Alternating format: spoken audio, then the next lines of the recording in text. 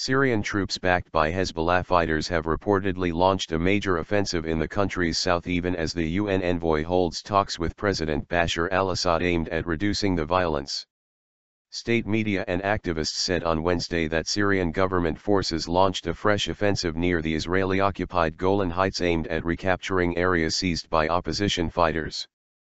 Syrian state TV said the military gained control of the town of Deir al-Assad and the village of Deir Maker, as well as the nearby areas of al-Arous and al-Sarjeh. The Syrian Observatory for Human Rights, which monitors the conflict through activists on the ground, said Syrian troops were advancing in the area linking Deraa, Quneitra, and Damascus provinces.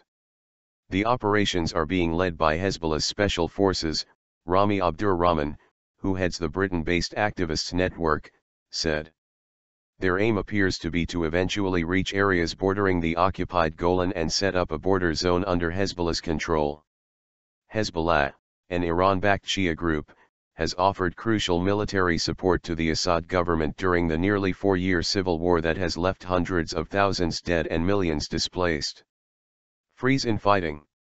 In the capital, Damascus, Staffan de Mistura, the UN peace envoy, met Assad to discuss his proposal for reducing the violence, starting with a hostilities freeze in the northern city of Aleppo.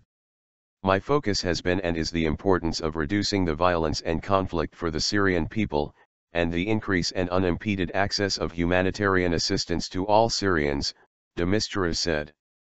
He did not disclose details of the meeting, but state-run news agency Sana said the two discussed new details in the UN plan to freeze fighting in Aleppo in a positive and constructive climate.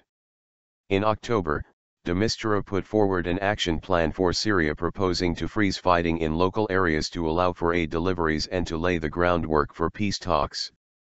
He has frequently said that Aleppo, Syria's commercial hub before the war, would be a good candidate for such a freeze. The increasingly fragmented conflict raging in Syria has claimed more than 210,000 lives since erupting in March 2011.